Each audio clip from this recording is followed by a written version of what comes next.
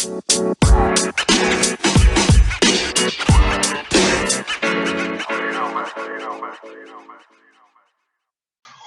going on, people? Welcome to another episode of the Off the Ball podcast with me, your host, Chris LeBron. And I have a special guest with me today, Julian Martinez, host of the Slumpbuster?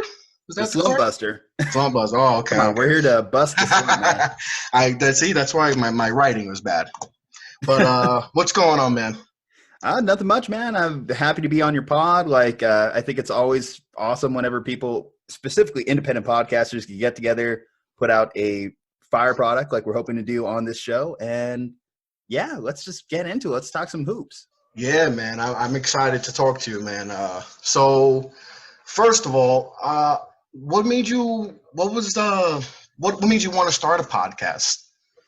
Well, the thing about it, I was thinking about like what I want to do. I'm 25, still in my mid-20s and everything.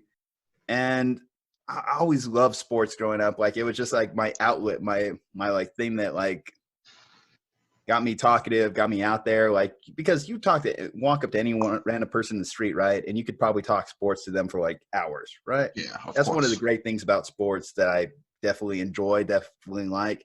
And I just kind of like saw, it's kind of a sad, morbid story, but like some like friends around me, they passed and they were like in their 20s. And I thought to myself, stuff like this could happen to like anyone, and might as well go out there, take a chance, like do something you want to do, be happy. I mean, look, we're just coming off like last week, we saw the horrible tragedy that happened with Kobe Bryant. Yeah, man, still can't get over it. Exactly. It just gives you perspective on, take advantage of every day. Yes. Go out there, passion project, whatever it is. If you like talking about sports, well, hey, there's never been a better time in the media world to like try and break into the industry. Yeah. Develop your own podcast, surround yourself with creative people, and hey, produce the best product you can. Yeah, for sure. I mean, I'm the same boat too. I was always hesitant to start up, a podcast. I wasn't sure. I was always worried. Man, what if it doesn't work out? And then I always go back and forth on it, and it just got to the point. You know what? Just do it. Just do it. You love talking about sports and stuff, so just do it. And I just did it, and then I've stuck with it because sometimes you get hesitant, like I had a few shows in the beginning that did good, and then I had like a little like down period where I wasn't getting the views. And I was like, I'm just gonna stop this, man. This is maybe I just don't have it, And then I just said, you know what? Let's just keep working on it. Let me see what I'm doing wrong, if I'm doing anything wrong, and just kept going at it. And it's so far it's going good. But yeah, do what you want. Do what makes you happy, and that's all it's about. Entirely. Yeah, I mean, definitely get what you're saying on the audience building part. That is definitely tough. But hey, I mean, reaching out, expanding, and broadening your horizons, that's how you build an audience. So that's why we're here. And hopefully people enjoy it. Yeah, network. I think the networking part, something I didn't think I would be able to do because I haven't really been that type of person, but just the networking part. We've talked a few times of trying to get together and do a podcast, and we're here now doing it, and just the whole trying to find good guests to talk to, and that people that share the love of sports, and meeting people from you living in Texas. I live in New York. I've talked to some people from Washington and from Carolina and Oregon and all over the country, and I think that's just awesome.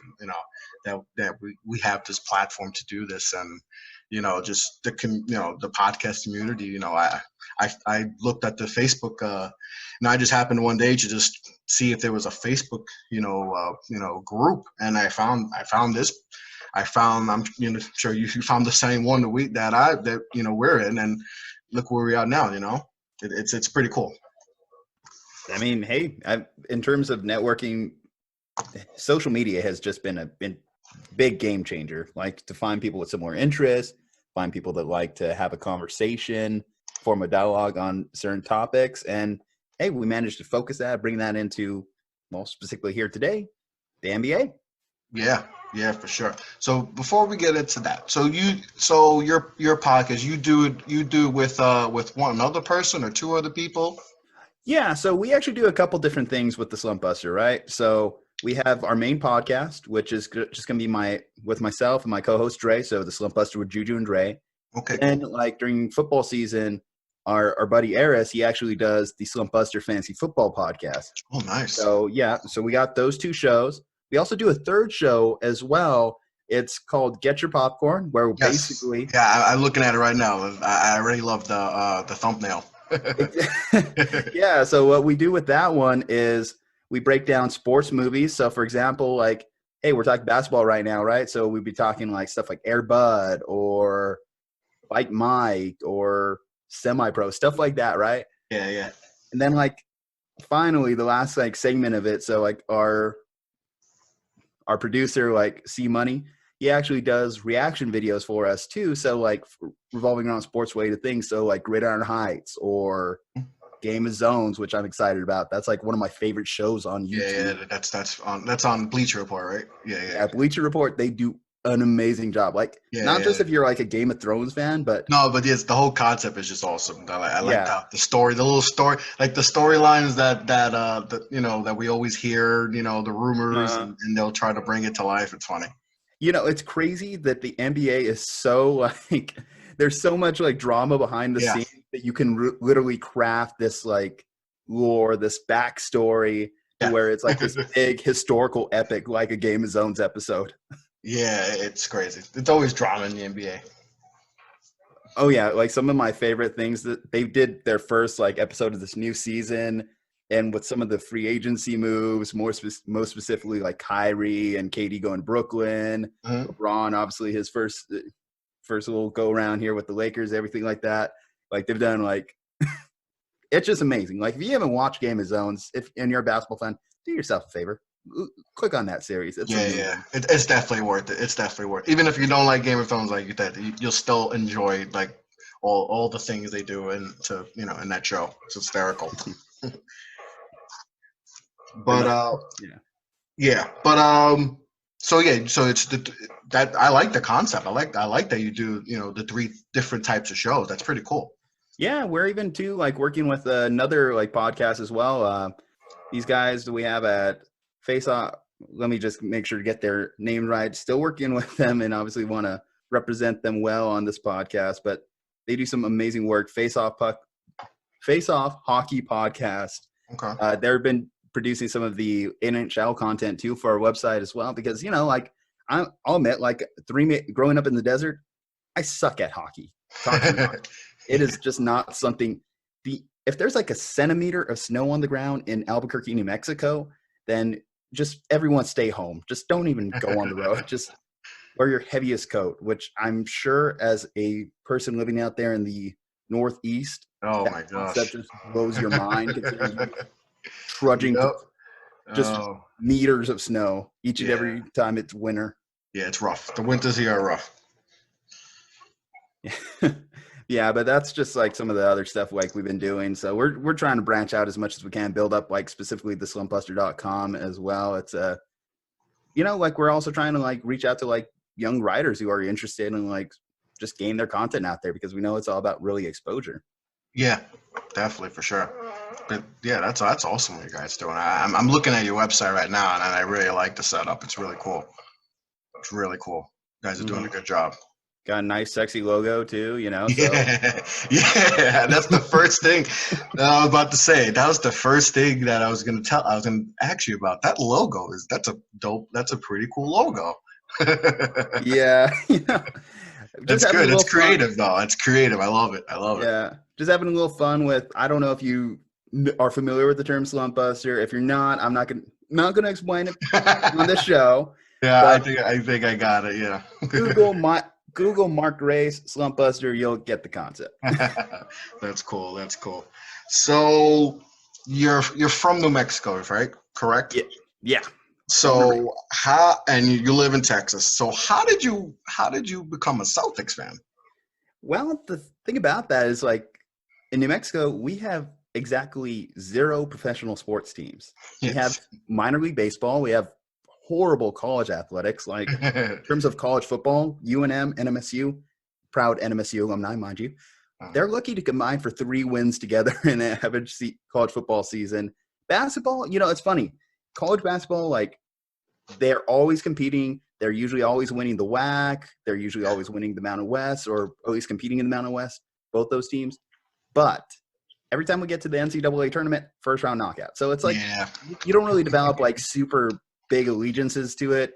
Again, even though I'm an alumni of one of those universities, it's just like I don't like live and die with their sports programs. Okay. Now, in terms of picking the Celtics, it was just like, okay, so I'm kind of a bit of free agent. My dad, my mom, they're not like big NBA fans themselves.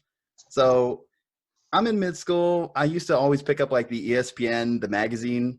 Mhm. And like one of the big photos I remember from my youth was like they were just coming off that like that year prior to getting the big 3, where they were literally the worst team in the NBA. Yeah, they were bad. They were a bad team. Exactly. And they were supposed to get like the #1 pick that year, and they wound up getting maybe like the 4th or 5th pick that year. So everything went wrong that year. Exactly. So like I was like, oh, okay, let me pick with this underdog team. So it's like if they do get good, it's not like people think I'm bandwagging. And then they get really good because they pick up KD and Ray Allen that same offseason. Yeah, And then they that's win the true. title. And then I'm like, okay, I'm doing pretty good here. Like not bad. I got to see my NBA team win. And then I just ended up sticking with them because again, I'm against the bandwagon concept. I stick with my teams. Yep. So throughout the Rondo years, as we got Brad Stevens, seeing IT in his peak with us, I just kind of been riding with this team, and I'm liking what I'm seeing from them right now. Yeah, yeah, they're doing tremendous right now. They're better than expected, especially after the whole Kyrie stuff. So that's what I'm going to jump right into next is the whole Kyrie, the whole Kyrie drama, and it seems like no matter where Kyrie goes, it's drama. But how how did you feel about his exit from Boston? Because I'm sure he had the big I'm gonna re-sign, I'm here forever, Mm-hmm. and then like his mood, like I think they had the famous where he's walking down, it's like I can't wait to get can't wait to get to stop talking to you guys with the media, and he just, and then obviously with you had IT, when you had IT there, you got to a conference championship, and then, I mean, you got with Kyrie hurt, you got to the conference finals. Yeah. And almost beat the Cavaliers. You took them to a game 7 with a rookie Jason Tatum and a second year Jaylen Brown, and then Kyrie comes back and you guys get, I believe, bounced in the second round. So, Mm-hmm. what was your whole take on the whole Kyrie saga and the 2 years he was in Boston? I was so pro Kyrie during his entire time there. Whenever there was a negative headline that came out that was a Kyrie's leaving, I'm like, guys, I feel like you're building up a false narrative. Let's chill out a bit. I mean, they just went on, for example, in his first year, they went on that huge win streak to starting off the season before he got injured. Yeah. And I was like, okay, things are going to fit with this team. And then I feel like why last year's team underperformed was a variety of things. So on the court, Kyrie's just a bit of a ball stopper. We all know this. Yeah. It's one of the biggest weaknesses of his game. He doesn't redistribute as much. He's more of a scorer, which nothing wrong with that. Yeah. But when you get to like face Milwaukee in the playoffs like they did, I mean, he had that one pop-off game. They got them to win. And then he just turned into Russell Westbrook the rest of the series. Yeah. Now in terms of like the off the court stuff, it's just like I don't know what to read from about this guy. He's a bit of an enigma. Like, yeah, he is. yeah, I don't. He's a total head case. Like, and when you look at what's going on in Brooklyn right now, how that team's underperforming in spite of kind of a similar nucleus to what the Celtics had the year prior. A young core team. Yeah, it's very similar. Up and coming team that surprised people, and it's kind of similar with how Kyrie was in Boston.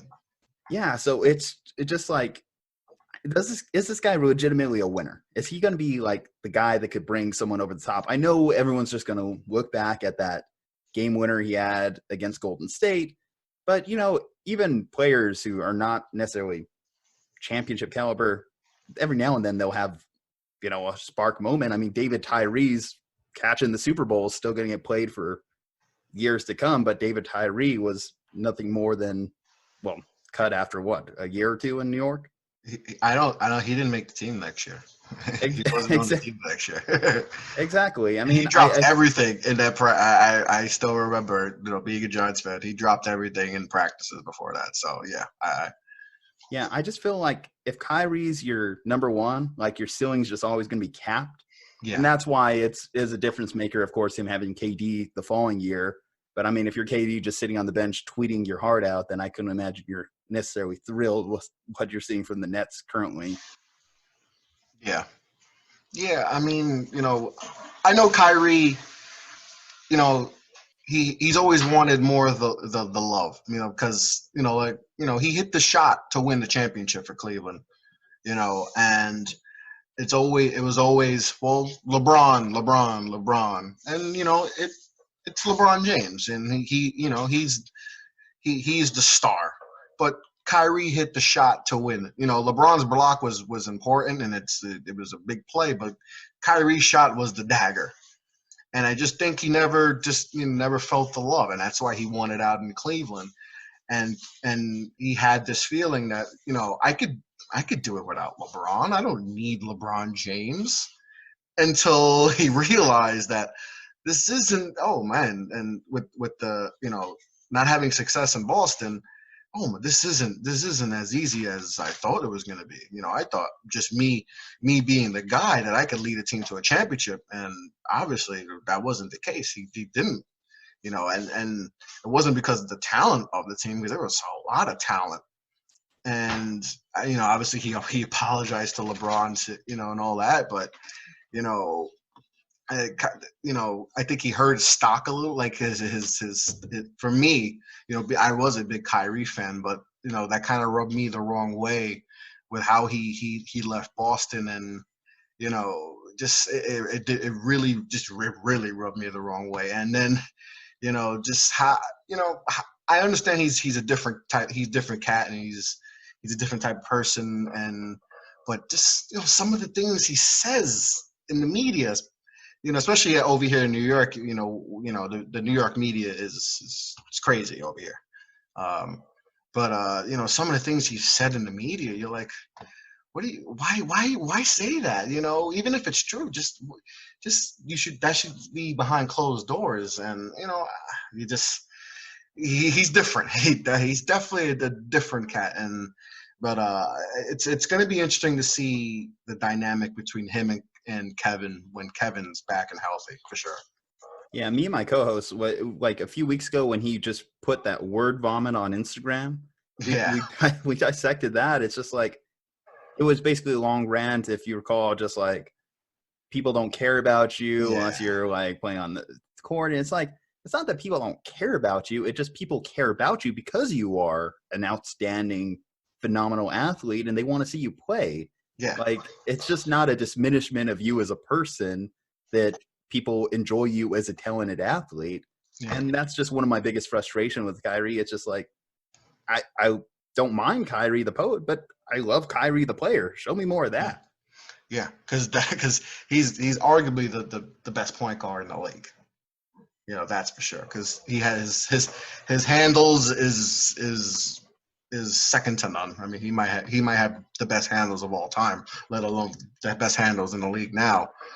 And his shot making ability, his ability for a small player to get to the hole is.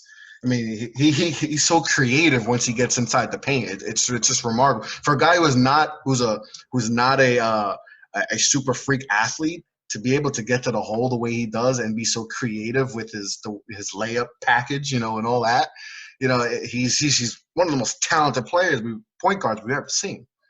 And sometimes he'll get in these holes where he makes people forget about his talent on the court and focus on his stuff off the court. And he needs to focus. We want to see what he does on the court. That's the Kyrie we want to see. Enough with the craziness of the off the court and these crazy, calling out teammates and stuff. We want to see Kyrie ball out. That's what we want to see. Okay, well, there's two things I want to ask you. First off, do you think he was legitimately thinking the Earth was flat? Is that like a legit thing, or do you think that was a troll move? I thought it was a troll move. I don't know, Kyrie. I hope it was a troll move. I think it was. I think he was trolling. I think he ran with it because it kind of snowballed and became a thing. Which is crazy that it even became a thing, but it became a thing. So I think he just ran with it, just had fun with it, I think. But who knows with him? He might actually think that the Earth is flat. And knowing Kyrie, he might think it, but I'm gonna guess he was trolling on that. And the second thing on that is, okay, obviously we talked about it, you're a Knicks fan. Would you have been satisfied if he went to you guys? Because you would assume he would only went to you guys if KD was also coming, so you would have had that to look forward to. But let's just say you had the same situation. You have Kyrie there doing the same thing. Do you think he would have worked better or worse with the Knicks as opposed to what he's doing? It would be way worse. It would be a disaster right now if it was just if we had gotten KD and Kyrie and it was just Kyrie right now playing. The Nets, at least the Nets right now, they're still the seventh seed right now. Mm-hmm. If this was the Knicks with the talent we have, they probably have the same record as the Knicks have right now, maybe a couple games better, just because the Knicks talent is definitely not as good as the Nets talent. So, and I think the way, even though Brooklyn and New York were, they're both in New York City, how the media treats the Knicks is way different than how they treat the Nets. It's kind of big brother, little brother over here. The Knicks are still in the talk of the media, and we have one of the worst records in the league, As with Brooklyn, they don't get, the media, they're not going to talk about them as much until Kevin comes. That's when I think the media will kind of ramp it up a little bit more on them. Right now, unless Kyrie says something crazy, that's pretty much when they really talk about the Nets, I'm not trying to, I don't want Nets to go crazy, but, but it's the truth. The Knicks just did, Brooklyn just really pretty much got here. They're still new. So, but, like Kyrie, if Kyrie were on the Knicks, the media would obliterate him even worse if he were on the Knicks. It would be 10 times worse than it was. That's and I say that that's one of the main reasons why he went to Brooklyn, because of that. Because if he went to the Knicks, the media would have killed him. With Brooklyn, he can get away with doing his thing and being under the radar because they don't, the media's focus on everything the Knicks do, So that's why I think that was a major influence with Kevin and Kyrie, is I think it's still be in New York, still be in New York City, but not have to deal with all the craziness that comes with being a New York Knick, with dealing with James, all the questions about James Dolan and can you finally win a championship? We haven't won a championship since 1973. Playing at the Garden, playing in the heart of Times Square in New York City. So I think all those things they just wanted to play basketball and not have to deal with the media as much. Now when Kevin comes, they're going to have to deal with that a lot more, and the media will be a lot harsher on them. But I think that was a major factor in why Kyrie and Kevin went to Brooklyn instead of going to the New York Knicks. Yeah, I could definitely see that. I mean, definitely when it comes to media scrutiny, those two have ran a few track meets themselves. Quick question. What do you think of the whole, because this came out this week, that KD still has burners? Yeah, I watched that he was on the podcast with Steven Jackson and Matt Barnes. I saw that, and it is what it is. I mean, it's kind of crazy to think that a guy like that would need a burner. Like, who cares? Like, just go at him with your regular account. But I don't know. There's just that's KD too. He's also one of those different type of cats in the league, But Yeah. burner accounts. I mean, he called. At least he admitted that he has one, and that he kind of he caught himself, because I think he replied to himself to his own account. I think it was something like, right. He replied to his real account. Oh, you're talking about the original thing that got him caught with it? Yeah, the original thing that got him caught with the burner. Oh, I remember what it was, right? So he was like tweeting at some fan, going back and forth, and he tweeted from his main account something thinking that it was his burner account, right? Something that was in line. And I understand that because, I'm switching between like our podcast Twitter account and our I do Twitter the same accounts. thing too. Yeah, I'm like, oh shit, that was on mine. Fuck. Yeah, but we're not in the NBA, and there's a big difference, I don't know how he messed that up, because obviously he has millions of fans that follow him and stuff. I don't know how he messed that up, but true. I mean, this is the one with the egg. Oh shit, I probably not. Yeah, I mean, there's one that was an egg. There's one with I think a profile of him and a check mark and says you have just millions of followers. The other one probably has a couple hundred, if that, and an egg, and you follow one person. I don't know how he mixed that up, but he did. But at least he admitted it, and that was cool, because how a lot of people like, oh no, that wasn't me, blah blah. How guys get dismissive and just don't want to acknowledge it, and he admitted it at least, and he said, I'm going to keep doing it. So I'm like, all right, cool. That's what we want. We want athletes to be real, and he was being real. So I was like, okay, all right. Now we know. Now we just got to find out which burner account it is. I think we could. I think it's pretty obvious. I think it would be obvious to tell which one is his. Probably. Are either of those two guys going to be in the league not in the league, but on Brooklyn's roster in 3 years? Do you think one of them might pull out? I feel like they would. Oh man, that's tough. I think everything. I think everything comes with Kevin's injury. I think it all depends on how he comes back from the injury. That was a devastating injury.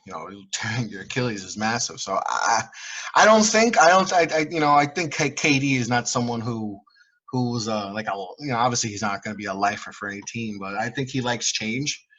And I think he wanted to try the going back east and trying the East Coast. But I also worry about Kyrie's health too, his long-term health, because I know he's still young, but he's been around feels like he's been around forever already, and he's had a lot of injuries, and he's had injuries this year. I think the biggest thing is their health. Seeing how their health, if they can last 3 years, But at least they're in the East, where it's not as tough. From top to bottom, but 3 years, who knows? Who knows? I really don't know, but we'll see about that. Sure. Yeah, I'm looking at the standings right now. It's like, damn, like my Celtics would have to win a few more games because I want them to set up that Kyrie Boston round 1. I think that would be fun. Oh, that'd be the 2-7 matchup, right? If they can pass Toronto, who's hot right now. Yeah, Toronto. Who's your most surprising team? Because honestly, Toronto might be it. Because I didn't have Toronto in the playoffs. Yeah, no, I'm trying to think back to like our past episodes in which we talked about our predictions, and I want to say I still had them as a playoff team. But I was definitely like thinking of them more as like a 6 seed, a 5 seed, something along those lines, because I knew Spicy P was going to come up and like be a little bit more of a baller this year. Maybe I'm a little biased because he's also an MSU Aggie, so guns up. But yeah, no. I mean, I definitely do think that Toronto being at this caliber this late in the season is by far something I didn't expect. But also, if you're trying to think about like surprisingly in a bad way, definitely the Sixers. I had them representing the East. So for me, they're a major disappointment so far. You Oh yeah, know, no. Joel Embiid has like 1 foot out the door now. It's like what? yeah, and then just Ben Simmons. I mean, he's a tremendous player. Don't get me wrong, but the fact that he can't shoot a jump shot still bothers me. It's you know obviously there's guys in the league that know how to get to the hole and that's their game, but they have a respectable jump shot. Giannis has Yeah. developed a respectable jump shot. People talked about that with Zion, and he has a respectable jump shot. Respectable enough to where the whole paint is not going to be just all five guys, and we're just going to let you eat, just give you the whole perimeter, and that's what they do with Ben Simmons. Like, we want you to shoot. He doesn't. The last three I think he took was against the Knicks, because I remember watching that game, and he shot a 3-pointer, and it was like it was like as if they won the world championship because they celebrated it. But what do you think that is? Do you think that's more, he just doesn't want to shoot? Is that a mental thing? What do you think about the whole Ben Simmons not wanting to shoot at all? Well, I mean, I think we've moved past the point in like guessing that he's shooting with the wrong hand. I think we've moved past that as a media. Yeah, no, But yeah. I think overall, I think he just knows he's bad at it. Like, oh man, like if it comes down to catching, I have brick hands. That's one of my biggest flaws in playing sports. In terms of this, maybe he just knows for sure. Like he shot enough times in practice to know I do not trust myself in a game situation to do this. And that's terrible considering the position he plays. Yes. Considering that I look at him more as a 7-foot Rondo than anything. Wow, that's actually a really good comparison. He really is a 7-foot Rondo, but at least Rondo has in the last few years has tried to have a respectable jump shot. He's attempted. I've seen him take jump shots in games more than once. Yeah, I mean, at a certain point, especially in playoff situations, a team's going to put him in a spot where he has to shoot it from deep. I mean, I actually just thinking back to the history of like the Celtics playing the Sixers, Brad Stevens, every time they play, has built up the perfect game plan for Ben Simmons. Remember that 0-point game he put up a couple years back? Yeah. Yeah, like you just cannot continue to win without even making an incremental adjustment or improvement in that specific category. I'm not saying shooting is going to be the be-all, end-all, but I think you should at least have a baseline skill set in that department. Yeah, at least a little jump shot, a baby jumper, something. A baseline jumper. He has nothing. I've other than like the modern day centers, and I'm not even gonna add those like Shaq and those type of players. Dwight Howard. They're obviously they're centers and they're supposed to be in the paint. But I've never seen a guy, who can move the way. It's not like he's not athletic. He's a super freak athlete. He's he has great. He's a super freak, and yet he just doesn't even want to shoot a jump shot. It's there too. And we've seen him in his work. People. I remember in the offseason seeing him shooting jump shots. I'm like, okay, if he can even, like Giannis somehow got better. And he's coming up in MVP season, and he improved his jump shot to where it's like you can't stop this man. Giannis is maybe the most unstoppable player in the league. Because he has a respectable jump shot now. Just imagine if Ben Simmons has a respectable jump shot, he could be, a Giannis type, make Giannis type impact and be an MVP type player. He's already an all-star level player, but he could take that game to the next level the way Giannis is.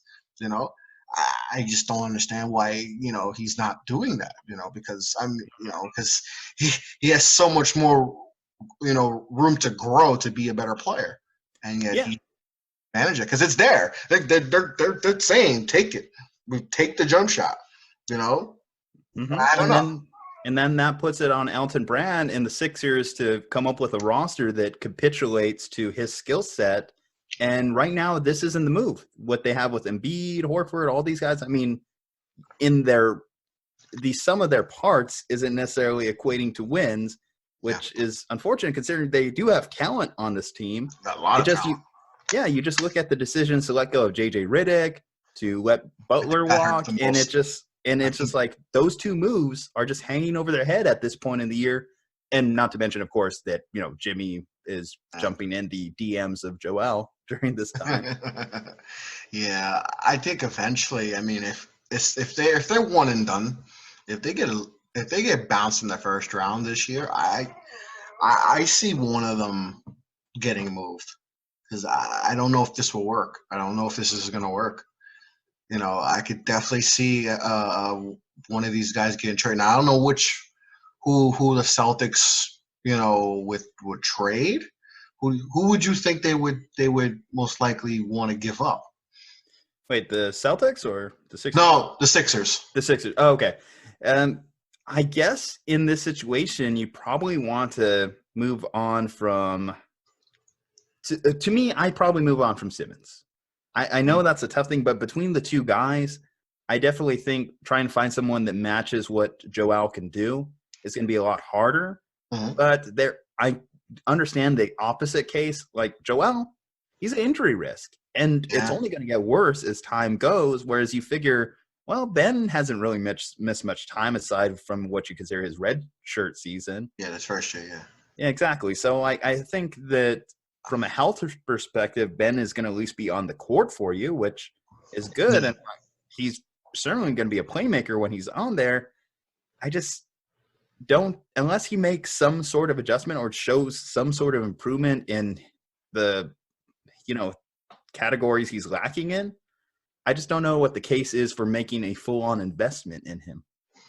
Yeah, I mean, that's going to be a tough, if it comes down to that and they have to, because like we said, with Embiid, he missed his first 2.5 years. I mean, he missed the first full 2 seasons, he was out both those years. And then his third year, he only played in less than half the games. So essentially, it wasn't until his 4th year where it was his first full year of playing basketball.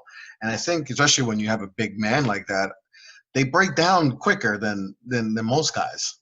So I think that's another thing that they're going to have to look at is long term. Ben Simmons, yes, he missed his first year, but he's been relatively healthy since. He hasn't had any major injuries. Where Embiid's missed a lot of times. Even the years the couple years he's played, a full season, he's missed games.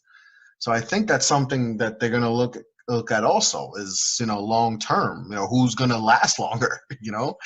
Even though Ben has his limitations, he might play for 10+ years. Where Joel, you don't know. He could start breaking down now. We don't know. I think that's a big decision Elton Brand and the front office of Philly is going to have to decide. Especially, like I said, if they get bounced in the first round, there's going to be major changes. Brett Brown will lose his job for sure, and I think Elton Brand's going to think long and hard. Does this nucleus fit? Is this going to work? And that it's going to be interesting. It's going to be an interesting off season if things don't go their way and they don't get to where they should. Because, like I said, I had them going to the finals. I think most people had them at least getting to the conference finals. Being a 55+ win team, and that doesn't look like the case right now.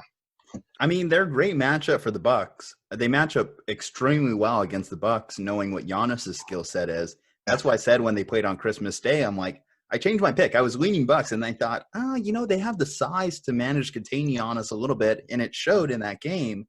But the question is, can they get to that game? Can they get to the Eastern Conference Finals? That's going to be the thing. Because right now they're looking at – so if the season ended today, they would play the Heat, and they would be the 5 seed, so they'd have to play on the road, and they're the worst road team in the league. Yeah, they wouldn't win that series, especially against Jimmy. You don't think Jimmy you don't think Jimmy wants to get at him for not re-signing him and picking Tobias over him? Oh yeah, Jimmy's a dog, man. I love Jimmy buckets. Like in terms of like the NBA, so like I'm loyal. I'm true to my fan base, my team, and everything like that. So I don't typically pick a lot of like favorite players on other opposing teams on any sport. But I love Jimmy Butler. I don't know what it is about him. Just like his mentality is something that I want to emulate. How he just like takes the janitors and says, okay, Cat, okay, Wiggins, let's get on the court. And he beats their ass in practice. Yeah, well, obviously it didn't work for them because they're another disaster of a team. Oh, yeah, dude. So Russell, getting traded this past week. Timberwolves, man, Yeah. So they're not going anywhere. So I don't get why they made. Yeah. What do you think about Karl Anthony Towns? You think that's enough? I think this off season is going to be so fascinating because I think there's a lot of big names like Bradley Beal and Booker and Karl Anthony Towns and maybe like a Dame Lillard. Got big names that could possibly, Joel Embiid or Ben Simmons, guys who could possibly get dealt. So do you think any of these big guys could possibly get dealt this offseason? I said it just on this week's show. I don't think Karl Anthony Towns is going to be on the Timberwolves roster by next year. I'm putting that out there. And maybe that's a hot take. Maybe that's a warm take. I agree. I don't see how they keep him. I mean, they got Russell to make him happy. I heard someone else on another podcast say that maybe they'll bring like Booker in to get those trio because they're all friends together. But being friends doesn't necessarily equate to win. Exactly. Yeah. And I sorry, I feel bad for you as a Knicks fan because they're going to really sell you guys on another fake Karl Anthony Towns jersey in this offseason. Man, those fake jersey salesmen, they really make their money with the Knicks. Yeah, man. My heart's been broken enough with the Knicks. Yeah, you still see the Knicks LeBron jerseys just floating around. Man. See some I've seen Kevin Durant jerseys. Yeah, man. Like that's a rough existence in free agency. But back to the main point. It's like Karl Anthony Towns. He's not going to be a Timberwolf next year. No, I don't think so either. Booker, he's not going to be a Sun next year either. They probably will link up. They'd probably be a good little pairing. But I don't think that either of those two guys, to be honest, has really the heart of a champion. Yeah, I agree too. And there's something about. I mean, Karl Anthony Towns is extremely talented. He's one of the most talented big men in the league, but I don't know if he got that dog in him, like Jimmy Butlerson, and certain guys just don't have that dog. And I think the same thing with like Booker, talented player, but just doesn't have that he doesn't have that ability to make his teammates better. And then I think that's the biggest thing. You look at Luka Doncic and the way he elevates his team, and there's just certain players that just elevate their team. And those guys, as super talented, but obviously they're not elevating their team. And that's on you guys too. I think everyone wants to blame the supporting cast, and yes, but the Timberwolves have had have had good players. So let's not just disrespect to who's been on the team. They've had good players. I mean, they had Tom Thibodeau as their coach. I couldn't believe that didn't work. You had Tom Thibodeau, Jimmy Butler, Andrew Wiggins, Karl Anthony Towns. You have all these guys and nothing. Yeah. So these guys. Some of these guys just don't have what it takes to be a winner. They don't have that winning mentality. Like I said, Luka, he just knows how to lift up a franchise, and he's just a winner, and he's gonna have continued success because he just has that winning element to him. He just knows how to bring a team together. And some of these guys, they can, Bradley Beal, another guy, tremendous. He didn't make the all. I think he should have been an all-star because he's just averaging close to 29 or whatever. But another guy, you're a tremendous player, but you're not making your teammates better. So some of these guys just don't have the dog in them. I look at Luka, I love Luka, so that's why I keep saying Luka. He's just tremendous. I want to go up. I want to make that road trip 3 hours north to go see him. So full disclosure, I'm based out of Austin. So Dallas is a 3-hour trip. I would love to go see that guy you should play. Do it. Yeah, he's so much fun to watch. I just he's gonna be maybe the face of this league soon because he does and he doesn't have the greatest supporting cast. So, and Porzingis has been in and out in the lineup. But what he does on the court is it's special. For a guy who's not a super athletic person to be able to control the game the way he can, it's just, the system is perfect for him. Everything Rick Carlisle just knows how to coach. He's a tremendous coach too. So it was great that he went there and not, I don't know if he would have the same success if he had, went to Atlanta with Trae Young, another guy super talented too. And, obviously they have one of the worst records in the league. But Luka is just he's unworldly, man. He's special.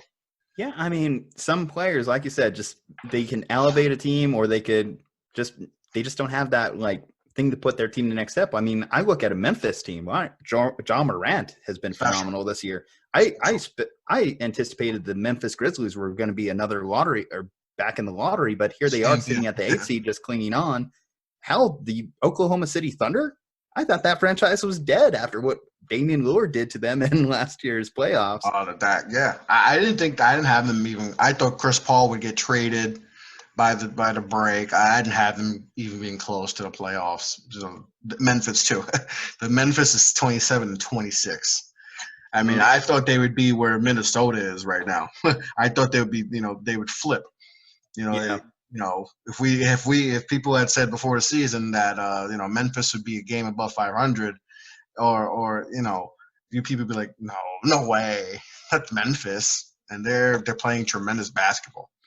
Yeah, well, I'm looking at that bottom of the West right now. I'm trying to think if Memphis can hold on. You still have Dame and the Trailblazers still there on the fringe. Popovich, I don't know if he can really elevate this Spurs team. The Spurs team's not good enough to. I think it's between Memphis and Portland for that last spot. I think. Yeah, I think the Pelicans are too far behind, even with Zion giving them a little boost. By the way, since we're talking about it this week, like seeing the alley-oops between Zoe and Zion this week have been everything I wanted this season. Oh, I was gonna go right into Zion, so let's get right into it. So what was your take on Zion's first game back? Oh, I mean, phenomenal. I mean, in fact, better than I thought he was going to be, because his shooter stroke. I mean, we talked about Ben Simmons earlier, who he took advantage. 5 years can't even shoot a shot.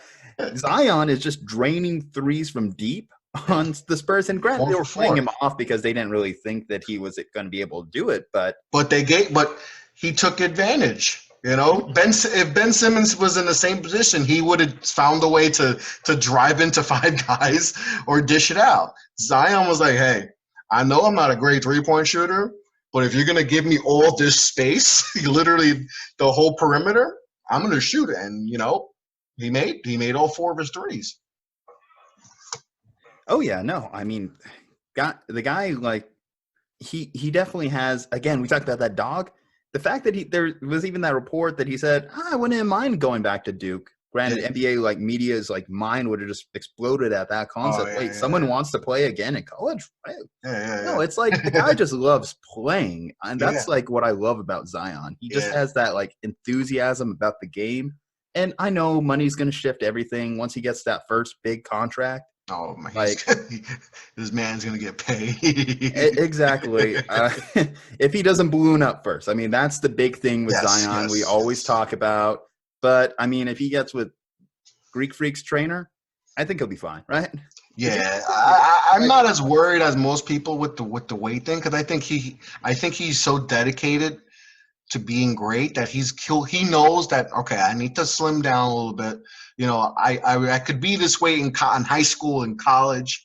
When the pros, I know I got to slim down. So I'm not as worried about it. I think he's going to get the weight down and stuff. But, Zion just has that it factor. I mean, when he had the shoe incident where he hurt his knee and, his foot exploded through the shoe, and people were like, oh, he doesn't need to play no more. He needs to stop playing. And he's like, no, I'm playing basketball.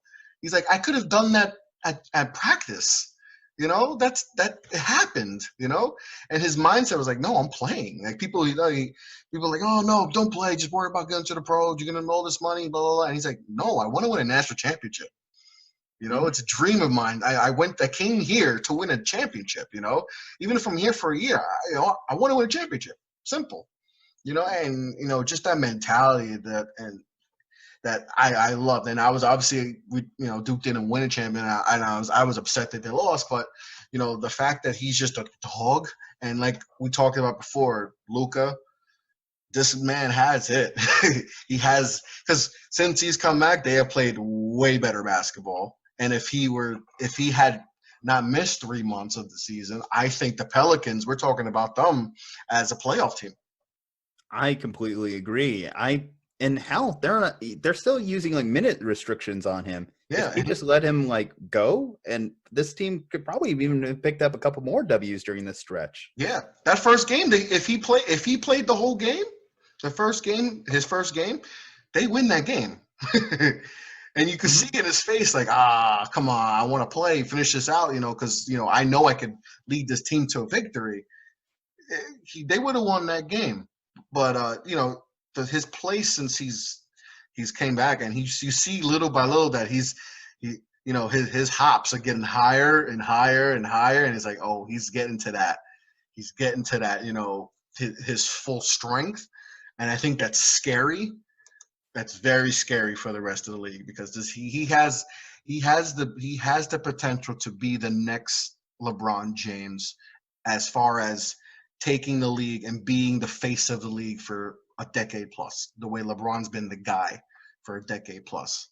He has he's just star power, He's a mega star already. He's been a mega star for what, so he had 1 million followers in high school as a junior, it's a senior, he's had that. He's been in the public life for so long. And now, he's averaging what, 20 and 7 right now. Yeah. And he's on a minute restriction, playing what, 25 minutes right now. He's probably went up a little bit, 25, 26 minutes. He has that potential to be a generational talent, like LeBron James. He has, no player has been covered like him since LeBron James, so he has all the tools in the world to be, and he has a good supporting cast too. And that's the other good thing. He has good play. Lonzo Ball to be able to the alley-oops, Brandon Ingram. I don't know if they'll re-sign him, but if they do, that's another core piece. Drew Holiday, the vet.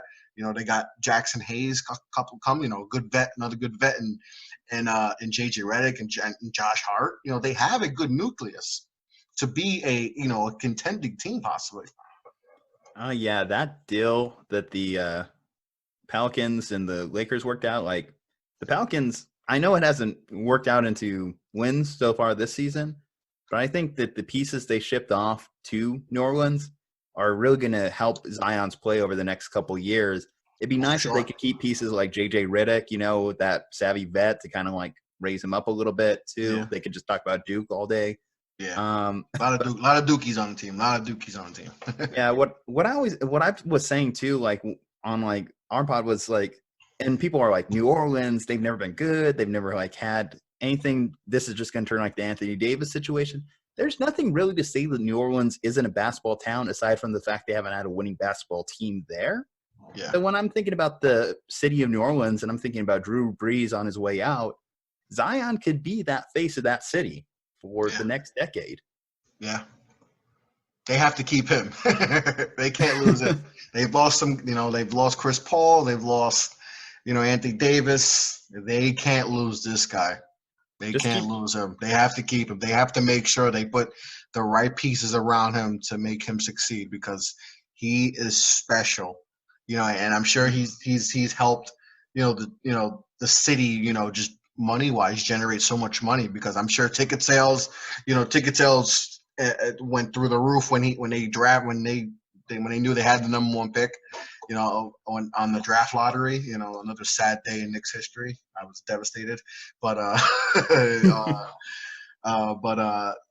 ticket sales went through the roof, and like I said, this guy is a superstar. He's a megastar.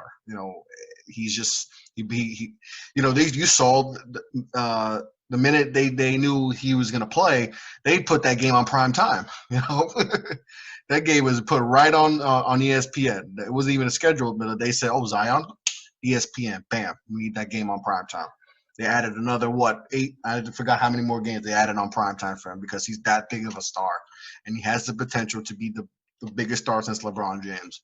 And all I pray for is that he stays healthy, and the training staff puts him, gets his weight down, and he just stays healthy, because we've seen too many stars like Derrick Rose, Tracy McGrady, these special guys. Careers get cut short. At the NBA, we don't save Zion, NBA gods. Please protect him, because he's great for the league. He's great for the league, and he's going to be a megastar. Grant your blessings upon him, ye Yes. NBA gods. Yes, please. Protect these knees. Protect we showed him. Knees. They showed him how to re-walk, so he should be fine, right? I know. That was weird. Like, we're gonna teach him how to walk. I'm like, what is he, a baby? You're gonna teach him how to re-walk? That's insane. One of my co-hosts was making fun of the fact that Patrick Mahomes doesn't know how to jog. And I just told him, it's like, dude, like if not knowing how to jog is Patrick Mahomes' worst quality, I think he's doing okay in life. Yeah, Patrick Mahomes is doing all right for himself. He's doing all right for himself, except for the Bears. The Bears they're still sick to their stomach. I don't know why. Oh yeah, Ryan Day. They are regretting that for life right now. And hell, even not just Patrick Mahomes, Deshaun Watson also in that draft. Either of those two guys. I'm a big football, so we could talk a little football. I'm a big football fan, and when that draft happened, I watched a lot of Patrick Mahomes at Texas Tech. Just for some reason, I watched a lot of I like their high up tempo offense. So, and I watched the game versus Baker in Oklahoma, and this man was just slinging it. I'm like, oh my God, he's good. He's special. And then you see the draft process, and you just see like they pick and prod and like, oh no, this guy, Patrick Mahomes, his footwork stinks. I'm like, okay, but he was in a Texas Tech offense. He was in an air raid offense, a spread offense, where they're just slinging it. I was like, this guy has it. I don't know what, he doesn't have much talent around him. They play in the Big 12. They have no defense on this team. And I'm like, this guy's special. He's good. And then Deshaun Watson, too. And I'm like, he wins. He just wins. He's just a big game player. Oh, he turns the ball over too much. And I'm like, oh, God. And then the fact that the Bears not just drafted Mitchell Trubisky, they traded up one spot. Mm-hmm. Take Mitchell Trubisky, a one-year starter, over Deshaun Watson, who just won the national. Right, he just won the national championship, I believe. Yeah, right. They beat Alabama the year before. Mm-hmm. The year before, he gave Alabama everything they got, and he was on a mission to get back to the national championship and beat Alabama, and he did that. He had big games. And I'm just like, they took. I can't believe they're not gonna take Deshaun.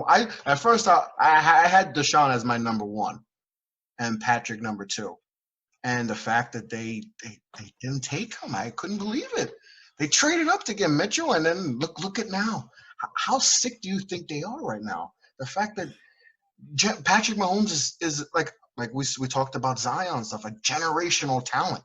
Like he can go down as the greatest to have ever played the quarterback position. Deshaun Watson is one of the best quarterbacks in the league right now. Another guy who could be, one of the greats to ever play. And they have Mitchell, who right now I'm sure they're like, oh my God, like I don't know what they're gonna do. Dude, he can't be entrenched as the de facto QB1. It just can't be. Yeah, I'm still hurting because Patrick Mahomes beat my Niners in the Super Bowl. Sorry about that. I'm still in a state of grief right now. If you are the Bears, at least if it makes you feel better, my Niners didn't really do much with that draft pick. They just selected Solomon Thomas, and Reuben Foster was off the roster in a year. Thomas, rough. That was rough. Yeah, but as far as going back to Patrick Mahomes, so I think I watched that Baker Mayfield Patrick Mahomes game after the draft process because I didn't really know much about him. I didn't understand more or less what the decision was to trade up for him. But you're right. After you watch that game, you're like, damn, this guy had 800 yards in this game. Are you kidding me? That's like Madden numbers. That's just the most ridiculous stat line I had ever read when looking at the scoreboard. But no, he's so good. He does everything well, and he's way better than every other quarterback in the league. Yeah. And I know Lamar just won the MVP, but he's on a different plane than Lamar. He's a quarterback. Yeah, he's way better than Lamar Jackson. That's for sure. Exactly. Lamar just put up the stats, and Lamar deserved him. And Patrick did get hurt; he missed games. too. So that hurt Patrick winning another MVP. But there's no debate that Patrick Mahomes is the most talented quarterback and the best quarterback in the league. And he's with Andy Reid. That's another great thing, is that he went to the perfect team. Yeah, which, you look at the Bears situation, it's a shame for them because obviously now they have Matt Nagy, who did come from the Andy Reid coaching tree. They have that fantastic defense, or at least we still think is one of the top 5 defenses in the league. So if you just added a quarterback like Patrick Mahomes, I mean, the Chiefs, for as good as they are obviously Super Bowl champions. Their defense is more middle of the pack. So if you put middle of the pack might be me saying it too nicely. They're not great. I mean, I saw Chris Jones definitely flash and knock down enough Jimmy G balls to know that. Yeah, no, okay. Chris Jones is good though, and he wasn't even 100% too. But Chris Jones is a really good player. Exactly. So I mean, they're more middle of the pack. You add a elite Bears defense with a Patrick Mahomes level talent on the other side of the ball. Who's stopping that team? Are they legitimately losing? And people have made the case too. I've heard this one talked about. What if you put Patrick Mahomes on the Niners team? It was just like, wow, is that like a 19-0 team right there? They would have won like 45-0 if Patrick Mahomes was the quarterback and not Jimmy Garoppolo. Yeah, I mean, the guy's phenomenal. It's hard to watch knowing that he is. I mean, let me ask. So I posed this question to my co-host. 3.5 Super Bowls. Where are you on Patrick Mahomes? Like for his career resume in 20 years, how many Super Bowls does Patrick Mahomes have? It's easy to say that it'll be more. It's always easy to say, but I'm sure they said the same thing with Dan Marino. He got Super Bowl in his second year and never got back. But he has the one already. He has the one already. And he's won MVP the year before. He's already an MVP his first full year. I mean, he's 3 years in the league, and he's an MVP, and he's a champion, Super Bowl MVP and champion already. I mean, I guess I would go over. I just think he's just so – I mean, he doesn't have to worry about Tom Brady, because Tom Brady is eventually either going to retire or, Tom Brady's not the same Tom Brady anymore. So he doesn't. That's one less guy to worry about. And I don't know if he fears Deshaun, and Lamar and those guys. I don't think, I wouldn't fear them if, he showed that down 24 against the Texans that, I could come back and, it doesn't matter what deficit we are, I come back. So that I go the over. Yeah, I think he can go down as the greatest of all time.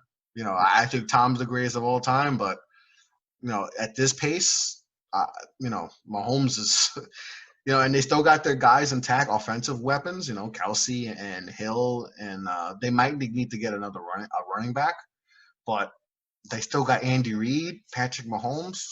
They got to be the favorites to get back in the AFC at least.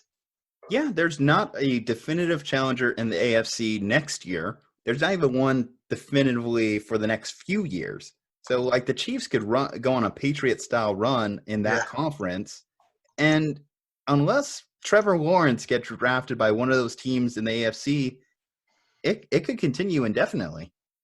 We thought Andrew Luck was going to be the counterbalance there, similar to have a Peyton Manning, Tom Brady type rivalry, but I don't know if that. Because I don't know longevity-wise on Lamar. I don't know him taking that next step. I'm still not completely sold, which I know is going to sound crazy to a lot of people. And being a Lamar hater is dangerous territory to be on in the sports media world. But I haven't seen it. Maybe because I've lived this story before. Again, as a Niners fan, seeing the Colin Kaepernick tale. Yeah. I don't know. We'll see. I mean, Patrick Mahomes, I'd be disappointed if he doesn't win more than 3.5. Yeah, I mean, he's so far he's off to a good start. So since you're a 49ers fan, yes, I want to talk about your quarterback quick before I get into the last few topics. What's your thoughts on Jimmy G? And do you think he is the future of your team? Yes, absolutely yes. This narrative that's been thrown out there that the Niners should cut bait on Jimmy G just because of a poor Super Bowl performance is absolutely ridiculous. because prior to the Jimmy G trade, little history synopsis, people, they were 1-10. They won on a 5-game run with him. Then you go into the 2018 season. They were 1-1. Then he tears his ACL, and they are picking number 2 in the draft. The next year, when he's back healthy, they're in the Super Bowl. Yeah. I know you can't always just read too much into the win-loss statistics, but it's hard to argue the correlation between him in the lineup and him not in the lineup, because people are like, oh, you could just use Nick Mullins. Well, Nick Mullins was on the team that went 4-12 the previous year. Yeah, it didn't work out well for Nick Mullins last year. Yeah, and I liked Nick Mullins. I thought he was fun to watch, better than C.J. Beathard, which if you're debating between your backup quarterback and your third-string quarterback, that's a sad place to be as an NFL fan. Yeah, so for sure. I definitely think that Jimmy G, in his first full season as a starter, is everything I needed him to be. He was 7 minutes away from winning a Super Bowl. And if you are going to replace him, you have to tell me that the person you're bringing in is better than him. Exactly. Because it made sense in Minnesota when they replaced Case Keenum for Kirk Cousins, because they thought Kirk Cousins was a far superior quarterback. But yes. I've heard the narrative, Kyle Shanahan in a couple of years can get Kirk Cousins. Like, after watching that Minnesota game, do I think Kirk Cousins is better than Jimmy Garoppolo? Oh, hell no. No, definitely not. In fact, there's only like maybe 7 or 8 quarterbacks that I might legitimately rank over Jimmy at this time. And that list goes pretty much something like this. Patrick Mahomes, Deshaun Watson, Carson Wentz, maybe Aaron Rodgers. He might be kind of on the back burner. Aaron hasn't looked good lately.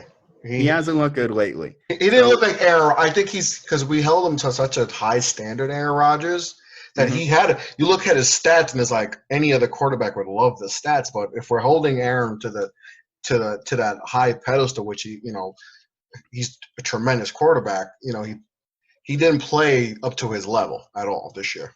Exactly. Russell Wilson's on there. Matt Ryan, a former MVP.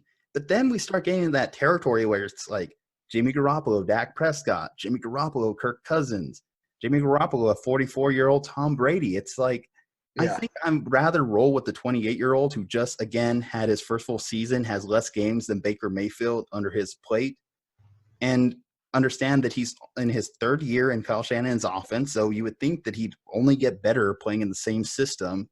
If they had – when you looked at first at the start of the season at the weapons they had on the roster, so – of course, we know how good George Kittle was, but they had to go out of their way to acquire Emmanuel Sanders, and he was huge, went down the stretch. And Deebo Samuel was in his rookie year and didn't really start playing better until week 8, week 9.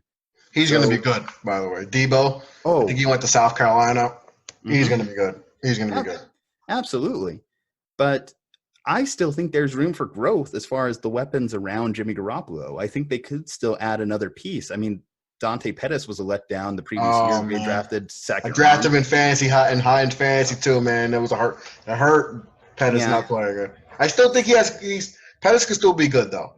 He just has to put it together. I think it's more him than the Niners. So if he can get it together, he can still be a good player. See, Chris, you wouldn't have done that if you were listening to the Slumpbuster Fantasy Football podcast. Yes, no, now I know. I'm going to go to you guys for all my fantasy stuff now. I got to win another championship. Anyway, back to Jimmy. It's like I look around the weapons on there. It's like they could still add one. Like if you told me this offseason they added a big piece like maybe an A.J. Green or hell, not even an A.J. Green, but just an Alshon Jeffrey to this roster, a big body wide receiver, I think that's like the next thing that Jimmy needs to take that next step. Is he ever going to be 2016 Matt Ryan? That's going to be the big question when you consider him in the Kyle Shanahan offense. But it's not going to be a free agent quarterback that I think replaces him if they do it. It's going to be someone through the draft. Yeah, the draft. And that person through the draft, again, they have to be – you have to tell me you're drafting the next Patrick Mahomes. You have to tell me you have Trevor Lawrence on tap.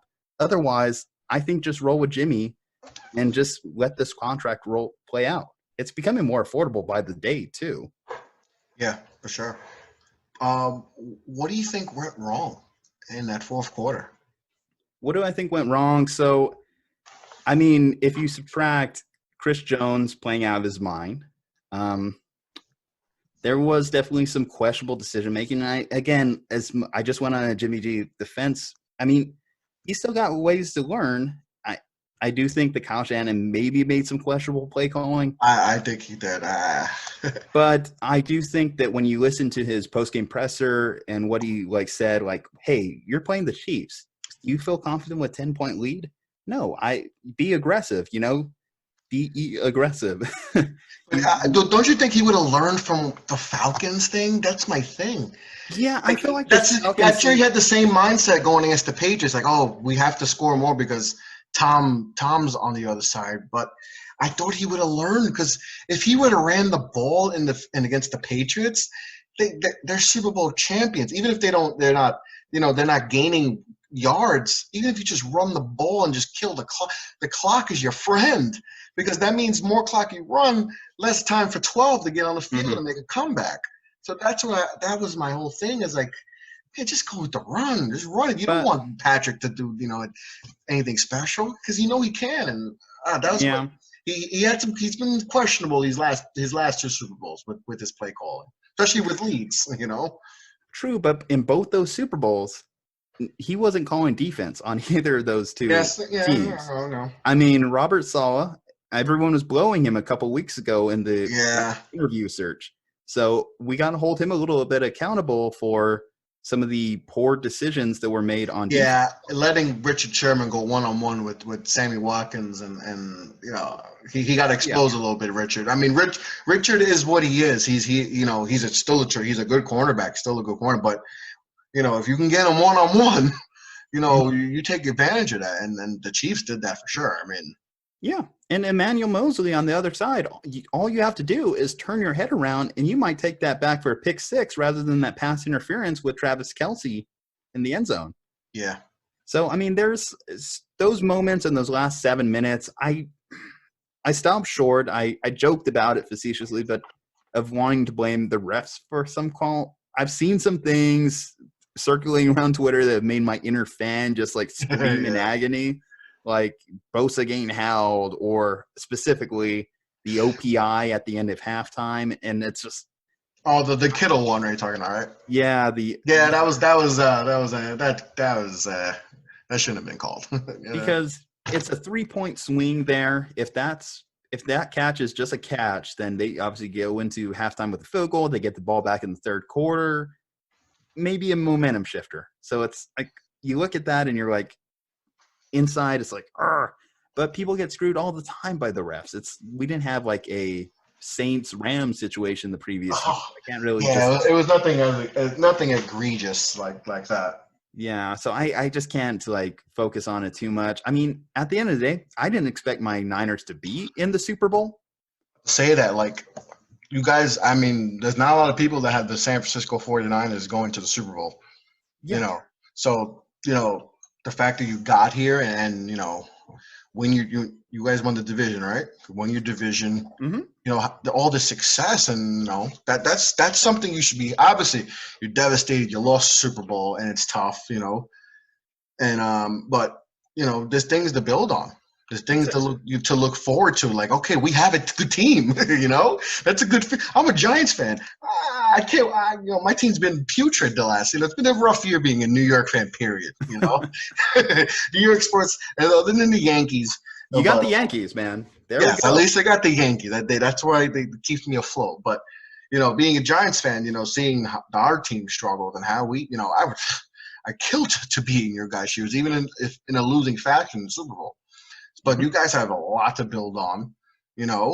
Jimmy G is going to get better. You guys have the defense is still intact.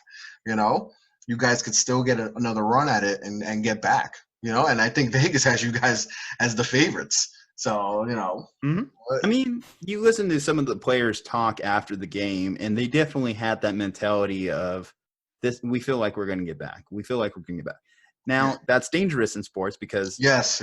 More specifically, too, you look at the conference, the division we play in the NFC. The NFC's loaded. The Seahawks, the Rams, the Cardinals, all three of those teams could give you a loss on any given week.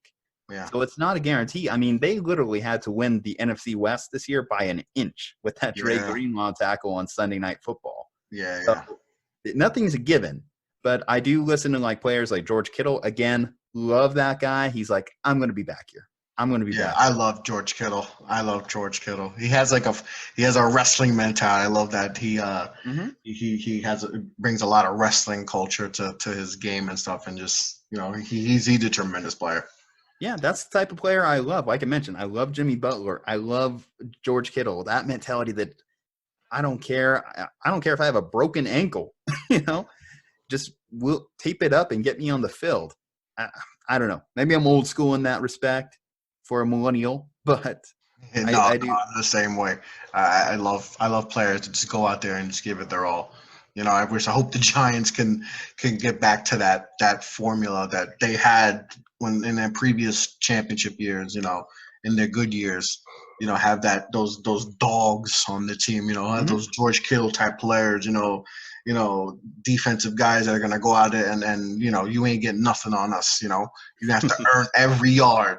Then and they were you got your Niners were hitting Mahomes. It was they were making Mahomes rattled, for a while, for a little bit, but he's a generational talent. So, it's hard to keep a guy like that bottled in for 4 quarters. So, you can't blame all the 49ers. It's, he's a tremendous player too, he's an all world, but, the Niners are going to, they'll be good. You guys are in good shape. So, Hey, you guys got Daniel Jones. That's a lot to look forward to, right?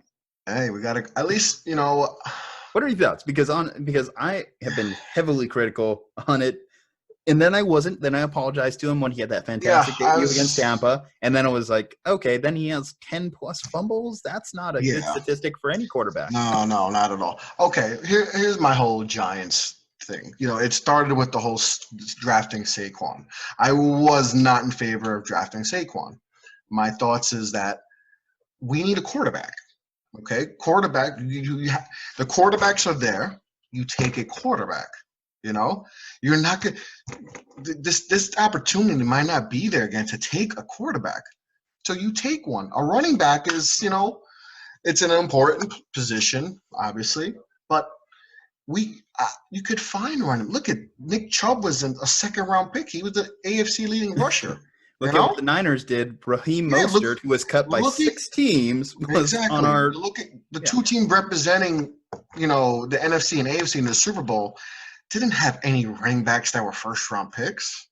Damian Williams was a cast-off from the Miami Dolphins and almost won Super Bowl MVP.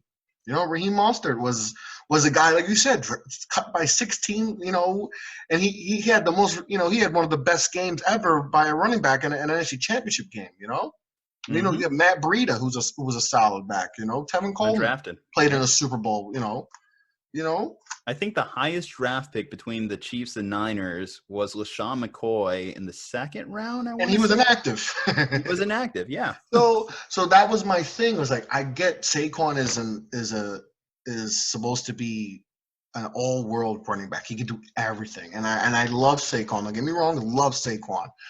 I still would have went the quarterback route and then take a run if you want the running back, which we did need, but not at 2. You could get a Chubb in the 2nd round, or Sony Michel, or there was a few guys that you could have taken. You can move back in the 1st round and get a guy if you could. They had the ammunition. So that was my whole thing. I would have liked Darnold or Josh Allen. So that was my thing. But their mindset was we're a playoff team, which was the wrong mindset because they clearly weren't a playoff team. And it showed because we had a miserable season again. So, and then the Daniel Jones thing was, obviously we needed a quarterback, and the quarterback class wasn't as good as the year before. So, taking him at 6, I thought was a little high. Mm-hmm. I thought they should have got him at one of the later picks because they had 3 1st-round picks. So I thought they should have taken him at 17 and get a pass rusher. We needed a pass rusher. They could have took Josh Allen from who went to Jacksonville. Mm-hmm. I thought that should have he went to Kentucky. They should have taken him. We needed a pass rusher. But, and they went the opposite. They took Jones early, then they wound up taking a defensive tackle, Dexter Lawrence, who had a good year, but I thought that was another, you could find big boys like that in the later rounds, Chris Jones was wasn't a high pick, and he was one of the stars of the Super Bowl. So, the Giants, their moves lately have been suspect. I don't like the way they went, but Daniel Jones has shown the ability that that he can be a good quarterback. So that at least gives me some promise and some hope that we have our quarterback. Now we just have to fix the defense, and hopefully Saquon's healthy and try to build this team. But it's been bad the last 3 years for this team. Yeah, I mean, when I look at it's funny because obviously the NFC East, there's usually so much turnover. I don't think there's been a repeat champ in several years, at least a couple decades almost, I think was the statistic. Yeah. It's a lot of parity in that division. There's always a new division champion every year. But you do look at those top two teams currently, and they do. I mean, say what you want about Dak, say what you want about Carson Wentz, but they at least have two solid young quarterbacks to build around, at least keep them going. So it's like the Giants, their decision to pick Daniel Jones, was he really the guy? They did need a quarterback, but they were in this weird limbo. You knew you were going to get rid of Pat Shurmur, or at least that narrative was out there. So now you have Daniel Jones on his second coach, and we know that's just a death spiral for a lot of young quarterbacks. I mean, look at Baker Mayfield; he's on his fourth head coach in 3 years. Yeah, he's had 4 coaches already. That's miserable. Yeah. Yeah, so it's just like you hope that doesn't happen. I mean, Joe Judge, that's another interesting decision. It's like I feel like they're just trying to be ahead of the curve on a lot of the guys, right? Because you feel like, okay, you reach for Saquon, you reach for Daniel Jones, you're reaching for Joe Judge. It's like you could get your guy, just get him at the right value. Exactly. That's what my thing is, value. I didn't mind taking Daniel Jones, but not at 6. You literally have 3 first-round draft picks, or at least you took 3 in this past draft's first round. I mean, there was that narrative maybe Washington takes him, but I feel like they could have waited. Yeah, that's what I heard after they took him and stuff, that there was rumors that Washington wanted him. So maybe they just said, you know what, let's not let him go to a division rival and dominate us there. But yeah, I think that's what they thought. There had to be some reason like that they felt like another team was going to take him after 6. That has to be the only reason I can think of. I would have just punted on quarterback honestly, and just like this year's draft class is at least more reasonable. Like if you told me the Giants took Justin Herbert or even Jordan Love, I would have thought I love Justin Herbert. Yeah, these are 2 solid guys that could at least do well.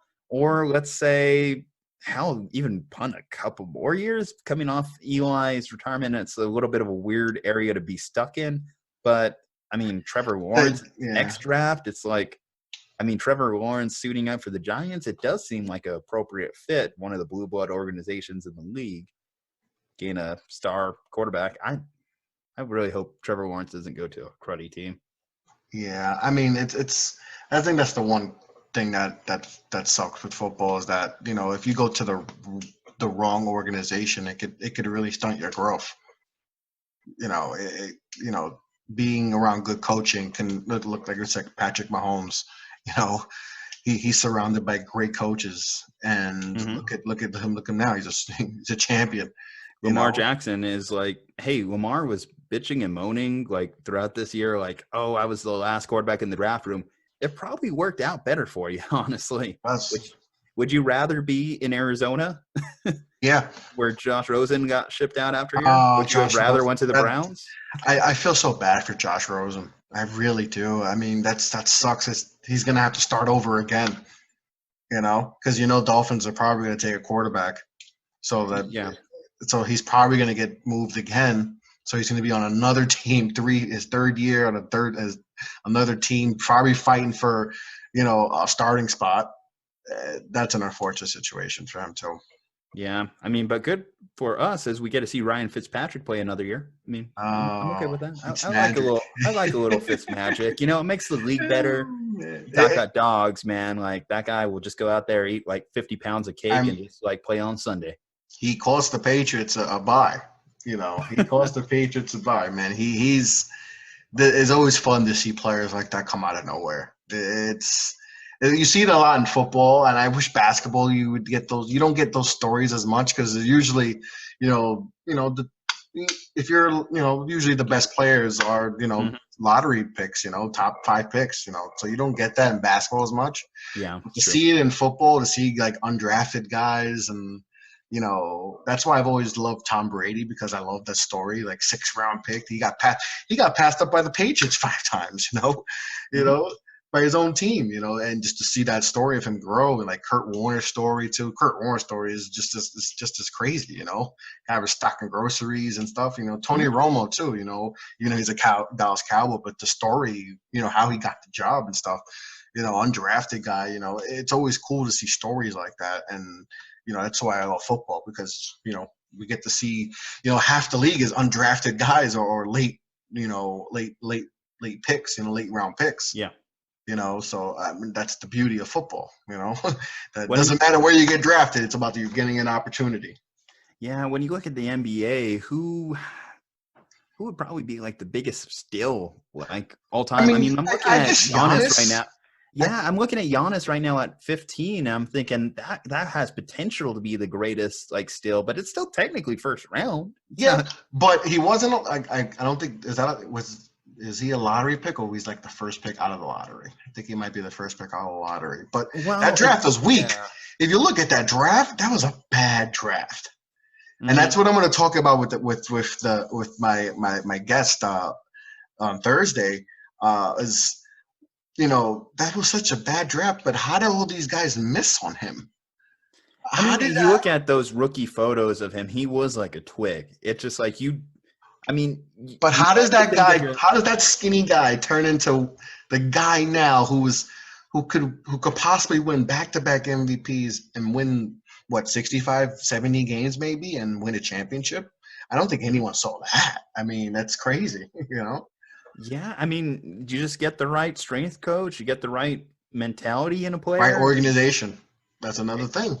But would you have thought the Milwaukee Bucks would have been that right organization? Like they hadn't really done much in they weren't obviously what they are now, but they were always like a respectable organization. They weren't a disaster like my Knicks have been, or some other franchise, Minnesota. Organizations that just know how to just keep messing things up because they've had success before. Milwaukee's in the past. They got to a conference championship before, so they just had some rough years, but they just found their guy. They found the guy, the 15th pick. They didn't have to use. It's like the Warriors. I mean, they Steph Curry was another just heartbreaking that he was a pick before the New York Knicks, and then he wanted to be a New York Knick, but let me know. I don't want to cry on air, but to Klay Thompson getting him, like Draymond Green, Draymond Green in the 2nd round, they built their dynasty without even having a top 5 pick, and Giannis being, it's that's just it's crazy how Giannis has become just a superstar, and he wasn't even he didn't even play a high level of basketball. I think he said he played in the second league. It wasn't even the top league in Greece. It was the second league. I guess it would be the equivalent of the G League in the States here. So it's just crazy how he's developed. I think, if I'm not mistaken, too, the Celtics picked someone right before him. I can't remember what year's draft that was. Who they took. That was 13. That was the Anthony Bennett draft. Oh yeah, that was such a. You're right. Like when you just think about Anthony Bennett as just a whole, that's. I think he's the worst number 1 pick of all time. I agree. I don't think it's close. See, I gotta look at maybe the old school guys, but from my generation, at least Kwame Brown played 10 years. Michael LeCandy played 10 years. You Greg know, Oden, though, I mean, Greg that Oden, I don't, I will never consider him a bust because injuries. Because when he played, he showed that he showed flashes of being great. He only played a whole 1 year of a career. You know, he played 82 games in his career, I think. You know, so he only played 1 year worth of games in his whole career. It's unfortunate, but you know, Anthony Bennett just from the jump, he couldn't play basketball. He was not good at basketball. That's just that's sad. I mean, hey, it looks like at least my Celtics got Kelly Olynyk in that draft. Yay. There we go. There we go. I'm Well, pretty sure Giannis has at least one dunk on Kelly Olynyk in his time, if I'm not mistaken. yeah, So. Kelly Olynyk has a very "I want to dunk on you" type of face. Like I want to Yeah, dunk on kind of you. like Aaron Baines too. Aaron Baines has always got like, Celtic great. yeah, he just has like that. Let's see, because Embiid has one on him, Giannis has one on him. Yeah. I even think like there's a small guy that got a really good dunk on him. I'm not sure who it was. I mean, hell, we saw Westbrook the other night, like He's giving playing out of Gobert a tough time, but yeah. I mean, I don't know. It hurts whenever you miss on these guys. When you look back at the draft order, it's like, 2 picks later. But yeah, right now, if Giannis's career continued at this pace, he would be probably the biggest steal in NBA history. Just given like you said, you don't see too many players drop out of that top 10. These guys have been scouted for years by the time they hit. Yeah, I mean, we've seen good players undrafted and second round picks be good, but you know, guys, you don't see guys outside of the top 5. You know, Giannis. There's not a lot of Giannis's that get past, you know, the fifth, you know, top 5. You know, that doesn't happen, and then it's crazy that that he's a tremendous player. But you know, I want to cap it off the show with this about your Celtics and your Mount Rushmore of Boston Celtics. Okay, and I'll admit, like, coming into it being, like I said, I'm not only being a millennial, so not getting a chance to see a lot of the great Celtics really play in my time, just having to live off of stories, and then coming into it, like, very late into my adolescence. But I can appreciate history, so I have, like, thought about this a little bit. I mean, at the start, you have to, of course, put Bill Russell. You're always going to look at just that photo of him with all his rings on his hands. Yeah. Bling, bling. Yeah, I mean, if if greatest of all time was just determined by rings, Bill Russell would just run away with it, just given that category on him. But so clearly, you look at Bill Russell, Larry Bird, obviously. I mean, him and Magic, what they did for the league, taking it into its next phase, pre-Jordan, even giving Jordan in his heyday like a hard time. Those McDonald's commercials. Larry Bird's been just a solid ambassador for the Celtics organization and the NBA for decades. And then, I mean, if you want to include like coaches in it, I think obviously Red Auerbach too, who had the majority of the success with the early day Celtics. Oh yeah, for sure. I mean, him chain smoking that cigar. Arguably full time. Yeah, him chain smoking those cigars, like that old school coach. I mean, that's what the kind of old school mentality I appreciate. I'll occasionally get a victory cigar in too, just in honor of Red. And then, it's just like, I'm trying to think about it because there is kind of like that part of me that wants to put at least a player that I've got to see in my time, who was at least part of a championship team. And that was Paul Pierce. Yeah. He was, a career. Well, I was going to say a career Celtic, but I mean, pretty much a career Celtic up until, those last couple. Yeah, we don't have to count those other teams he was on. Yeah, I mean, he was still helping the Celtics win by getting traded to Brooklyn. Oh man, one of the biggest heist of all time.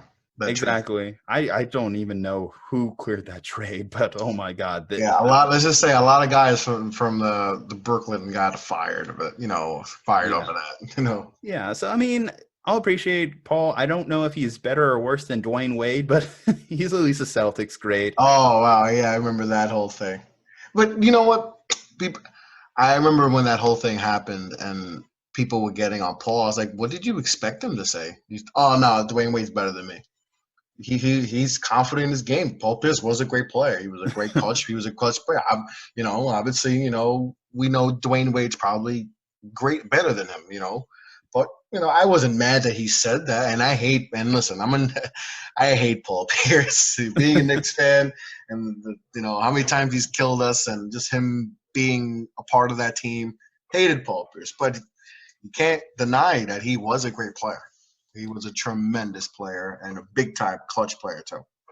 Yeah, I mean, I'll always appreciate, because I don't know if I'd still be an NBA fan quite at the level I am today had I not got to see the Celtics experience success early, and he was a big part of that.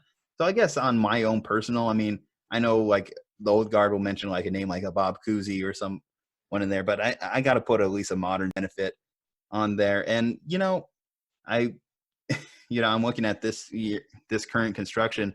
The thing that kind of hurts about the NBA now too is you can't get too attached to players. I'm trying to think player movement, man. Yeah. Yeah, who's the next Mount Rushmore player? Is could it be Jason Tatum? Is he going to be there for the next 20 years? I don't really know. I root for Jason. Being a Duke Blue Devil fan, I root for Jason. I love Jason Tatum. I was so happy he made the All-Star team. Yeah, I mean, guess we'll see. But I mean, those are the players I'm rolling with. I appreciate the Celtics. I mean, a good four. I mean, it's funny. Whenever I think of Paul Pierce, though, and I think about the narratives, I'm better than Wade. I always think to some of the ridiculous comments. I'll only even admit ridiculous comments that team has made, in the last couple of years, Kevin Garnett. We made LeBron quit. It's okay. Didn't he just put up 40 on you? Yeah. He put up some monster games against the Celtics. Yeah. So I feel don't stop, because you're what drives his motivation every time he plays us to just kill us. Yeah, for sure. Now, I don't know, man, but yeah, no, I mean, that's how I'm feeling it. That's how I'm feeling it. Mm-hmm. But we're going to end it on there, man. Julian, thank you for coming on the show, man. I appreciate it so much. Yeah, of course. Let's see. So, I mean, yeah, it was an honor, Chris. I mean, I am open to doing more of these with you. I'm hoping maybe you could come on one of our shows here too in the future. That's for sure. Definitely, if you're looking for places, check us out. We're on pretty much every major streaming platform. We're working on iHeartRadio. That's still in the works. But hey, if you like memes, at Slumpbuster Podcast, I know you have enjoyed plenty of our meme content over the last couple of days. I love a good meme. I love a good meme. Memes are what bind us. So we strive to be a good podcast, a good meme page. So at Slumpbuster Podcast, find us there.